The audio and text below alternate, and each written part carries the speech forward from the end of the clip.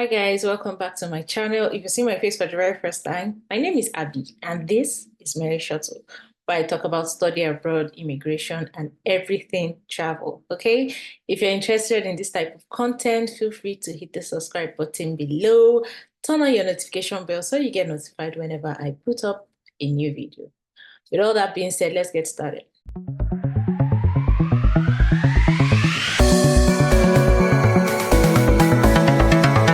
So hi guys, welcome back. And in today's video, I'm going to be giving you guys the different processes to take while if you're trying to do the study route for Canada. Okay, so the different processes I took. Let's get that clear. Okay, so yes, different steps I took to be able to come study in Canada as an international student. So yes, first and foremost, you need to search for a school, a program, a school, the course you're taking. You need to do that search. And that is where I think most of the pressure is. And you really need to be kind of technical in trying to decide on the particular course to take because there are so many courses, so many schools, different provinces, different they just everything has their own pros and cons, right? So I guess this is like the where you need to spend most of your energy in. So you need to search for the school, you need to search for the course, and then you'll be able to make a decision, narrow it down. So basically, what I did was firstly, I searched for courses, possible courses I would like to take. Guys, Google is your friend, okay? Everything you really need, you can get it through Google. So Google is your friend. Just search something very, very simple. Like if you are trying to study any particular course, that course programs in Canada. Type that in Google. Say zoology courses or colleges or universities that take zoology courses or zoology programs in Canada, and then send it. You see a lot of things pop up. You try and then filter in that information. Most of the times you get connected to these study schools, like platforms that share different schools and different programs. So that's one good way of selecting and narrowing down. You can use that as a way of checking the kind of courses, the possible schools that are going to have that course in the particular country you're looking out for. So yes, that's what I did. And most of them, I think I got them through, I can't remember. Yeah. So most of them I was able to get them through that source. And then I now narrowed down from that, like Canada is big there. So I just tried to check in the different provinces. So I now started taking the course I wanted, the program, the possible places I can study that in each province. So I went round, like I went round through all the provinces, trying to see the universities that offer similar courses or those type of courses I would like. And then from there, I went to the university website and search the courses, the possible courses, always searching for the possible courses that admit international students. Okay, you want to do that. And you also want to check on the tuition payment, the tuition plan, if you're going to make deposit, how much the deposit is going to cost. So yes, that was one of the first steps that I took. And then secondly, while I was doing that, remember, you have to gather your documents, like your documents have to be in place. So I had my documents already prepared. Like I'd already got my documents prepared beforehand. I got the school and then I started my application. When I was able to narrow down the schools I wanted, the possible schools I wanted, the provinces, and then know the time frame I will be coming in as an international student, either they have winter intake, which normally starts from January. There's summer intake, which is always somewhere around May. And then there's fall intake, which is sometime around August or September. Okay, so those are the major three intakes that Canada always has. So I looked at it and I kind of like pitched where I wanted to come in, and that was what I did. So after doing that, I went ahead, made the application. Most of the schools in Canada require application fees. And yes, you have to pay, but some of them do not require. Another thing to note is that some schools that give you application waiver, guys, their tuition fees are off the roof. Like, international students pay actually really high, but these particular schools pay at least like up to 3 or 4 thousand higher than the other schools. So they might give you application waiver and then take it from the other way from your tuition fees. Okay. So guys, just be careful with that one. That's just my own take. It's not really like okay. So yes, that being said, I went ahead, made the application. After making the application, I was able to gain admission. Thankfully, my school was a school that responds to application like really fast. So I gained my admission in less than a month. And after that, I was now able to start making tuition deposits, made my tuition deposit, got my acceptance letter, got everything needed for my application to IRCC. And I went ahead to put in that application, submitted my application like way before time, like way before time. Okay, guys, my my school was meant to, like my program was meant to start in January 2024. I started my application, my visa application in, I think it's April or June. Oh, no. I think June, July. I can't really remember when, but I'm going to put it there. So I started my application like way, 4 months earlier than that because my admission, my acceptance, and I gained my admission on time and got my acceptance letter on time. So if you guys want to do it, I'll actually advise. No, I won't advise. I'll suggest that you do it on time. Like if you're applying now, start applying now towards next fall or the next winter. Okay, so you want to do it on time. So you try to beat that deadline. But sometimes some schools are really slow. Like some schools take their time to evaluate and then they take their time before they are able to give you your admission.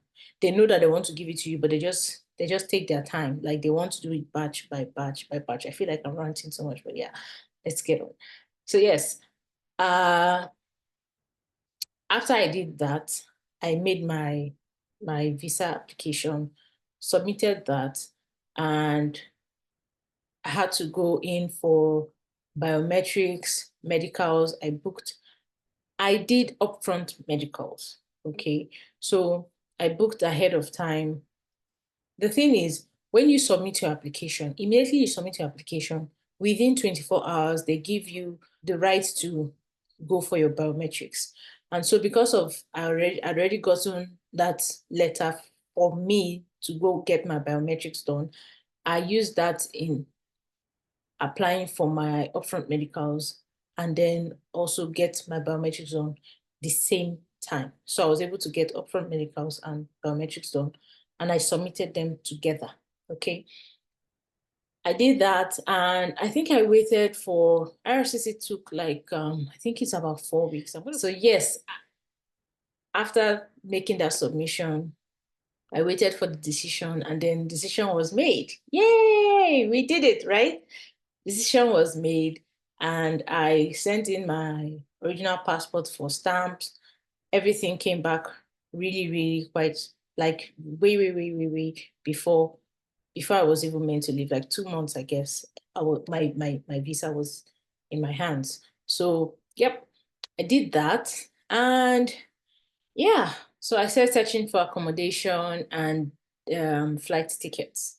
So I started searching for flight tickets because definitely when you book in advance, you are able to get a better fee fare. Okay, it's the fares right now are really, really high, but when you book ahead of time, at least like say a month, or I don't really know how many days you meant to book, yeah, but say a month ahead of time, or 23, 27 days ahead of time, you're able to get some good deals actually. So I was able to book ahead of time and get my tickets, get my flight, and then I was able to secure an accommodation. Facebook Marketplace, although it's quite challenging, it's quite a challenge. So yeah, if you have someone that is already there before you, maybe a friend that you know, someone you know from back home, you can just connect, look for a way to stay, spend at least maybe 1 week, 1 week. But you can try to, if you arrive earlier, say I think 1 week should be good enough for you to be able to get an apartment, like anywhere that you can just put your head for the meantime. Okay. And then when you come in, you can use Facebook Marketplace to really do your search properly. And that will now give you a better proximity of the place that you want to get. Okay. So yes, that's what I did. And that's how I got to Canada. So those were the steps I took. Now, if I'm to tell you the steps to take for applying to Canada, this is what I'm going to say. First, step one is do your school search. That is the bulk of the research. That is where there's more energy. That is what needs more attention. Okay. Your school search, program search falls as your number one. When you do that, then you can now narrow it down and apply for your school. While applying for your school, make sure that you have been able to put your documents in place so that you can start your application process and make it easier and faster for you. Thirdly, I would say you should pay, when you get your admission, pay your tuition deposit. If you have a school that, say, the tuition deposit is somewhere around 500 Canadian dollars or 1,000 Canadian dollars, I'll suggest you pay a little above that so that you can be able to convince the visa officer that, yes, you're really interested in studying in that particular school. Because if you pay the minimum amount, it's maybe your program is taking 18, maybe your program is taking 18,000 CAD or 20,000 CAD, as the case may be, and you are just making a deposit of 500 CAD dollars. Guys, I don't know, but for me, I feel like it doesn't sit well. Okay. So you're trying to convince the visa officer. I feel that you should be able to pay above, a little bit above what your tuition deposit is. But say you're in a school that actually requires like half of your tuition fees. Say your tuition fees is like 20,000 and you're paying 10,000 CAD. Yes, you can just stick to the tuition deposit and pay 10,000 CAD. Okay. And make sure you read their refund policy. Some of them, most of them actually refund tuition deposits if the visa is denied. And they have a stipulated amount of time that you can request for that fund to be refunded. Okay. So yeah, that being said, you do that and make your tuition deposit, add that as part of your document that you are submitting. All the documents to be submitted are shown in IRCC website. All the documents that you need, you find them in IRCC website and you just follow them and stick to it. Yes, you can add supporting document as your cases may be. Try to make it as simple as possible so it's not complex. Okay, just try not to complicate things. Make it easier for the visa officer to understand. If you're adding funds from anywhere, you're getting sponsorship, just make everything plain. In further videos, I think I've done videos about it. So guys, watch my videos, okay? Yeah. So with that being said, you submit your application and then hopefully you get a positive decision on your visa. Once that is said, you can go ahead and start searching for a house, start searching for flight tickets and booking way ahead of time. If you have done all of this, then welcome to Canada. So that's how your process is going to be. And I wish you guys all the best if that's what you want. If you have any specific questions, you can feel free to drop your questions in the comment section and I'll get back to them as soon as I can. Okay, guys. So with all that being said, that's it for this video and I'll see you in my next video. Bye.